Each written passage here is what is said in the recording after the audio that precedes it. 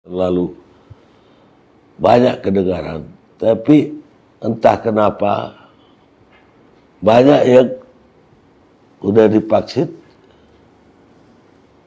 ternyata kena juga.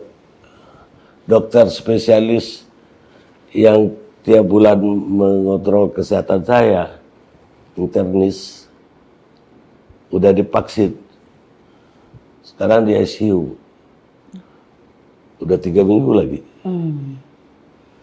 Berat sekali kan.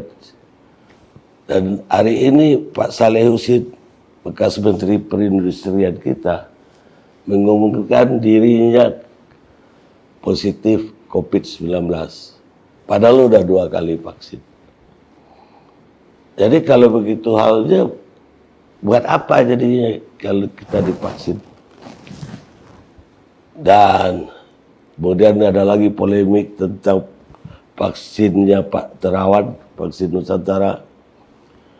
BP POM melarang uji klinis dilanjutkan.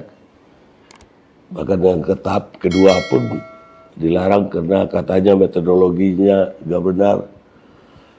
Bahan-bahannya juga nggak ada Nusantaranya karena bahannya dari Amerika. Dan tenaga ahlinya juga dari Amerika, kata POM. Lah, kemudian metodologi segala hipotesanya diragukan oleh BP POM dan karena itu dilarang. Tapi yang pro berduyun-duyun jadi sukarelawan untuk dicoba dengan vaksin tersebut. Karena itu Ibu, saya ingin dapat penjelasan dari Ibu sore ini. Apa jalan yang sebaiknya ditempuh oleh rakyat kalau begini cerita? Ya sudah bingung begini Pak ya. Bingung, orang bingung Bu. Karena kalau lihat berita di luar negeri, Johnson kemarin juga dibilang bermasalah. Dan dilarang juga di Eropa. AstraZeneca di stop. AstraZeneca di stop. Dan kemudian Pfizer juga katanya ada masalah. Ada masalah juga. Ya malah bekas direktur utamanya juga statement bahwa statementnya kurang baik banget untuk Pfizer-nya tadi. Jadi semua jadi bingung dan kemudian pemerintah RRC juga mengatakan Sinovac juga tidak bisa dipertanggungjawabkan. Ya kalau dia sendiri gak pakai selama ini, kan juga kita udah ragu gara-gara gak pakai. Saya udah hampir sudah paku, tapi begitu dokter saya sendiri masuk ICU, nggak jadi deh. Iya betul. Saya juga kehilangan teman saya, dokter-dokter itu ada 2 yang setelah divaksin kemudian sakit dan kemudian meninggal.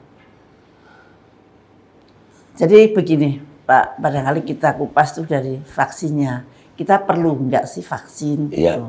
Ya, sebetulnya dalam sejarah tidak ada yang mengatakan bahwa pandemik itu bisa dihentikan dengan vaksin.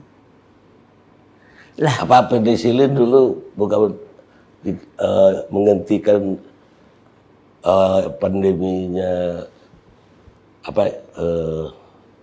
sakit gara-gara nggak ada antibiotik. Yang dulu. Iya. Jadi kalau pada pandemik itu ya biasanya belum ada obatnya. Nah seharusnya obat itulah yang dikejar bukan vaksin. Karena vaksin itu bisa dibuat kalau virusnya sudah stabil.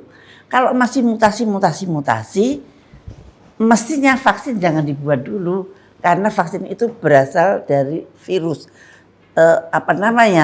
Sumber utama itu dari virus. Apakah itu virus keseluruhan yang di-inactivated ataukah virus yang hanya bagian kecil kayak AstraZeneca itu hanya DNA-nya. Kalau yang Moderna sama Pfizer itu mRNA-nya. Jadi masing-masing tapi tetap sumbernya juga virus gitu. Jadi sebetulnya saya juga kaget. Saya mengalami waktu itu pandemik flu burung, kami tidak butuh vaksin. Flu babi Indonesia juga tidak butuh vaksin dan bisa berhenti dan bisa kembali lagi normal. Tapi vaksinnya beredar memang di luar. Enggak juga. Untuk flu burung. Vaksin itu pandemi itu biasanya lama-lama tidak ganas lagi. Ada siklus. Iya, kalau itu pandemi yang normal, pandemi yang alami. Kecuali kalau pandeminya dibikin, lah bentuknya pasti akan berbeda. Jadi vaksin itu sebetulnya satu, tidak ada sejarahnya untuk menghentikan pandemi. Kedua, vaksin itu tidak melindungi diri sendiri. Itu Menteri Kesehatan juga bilang bahwa kalau divaksin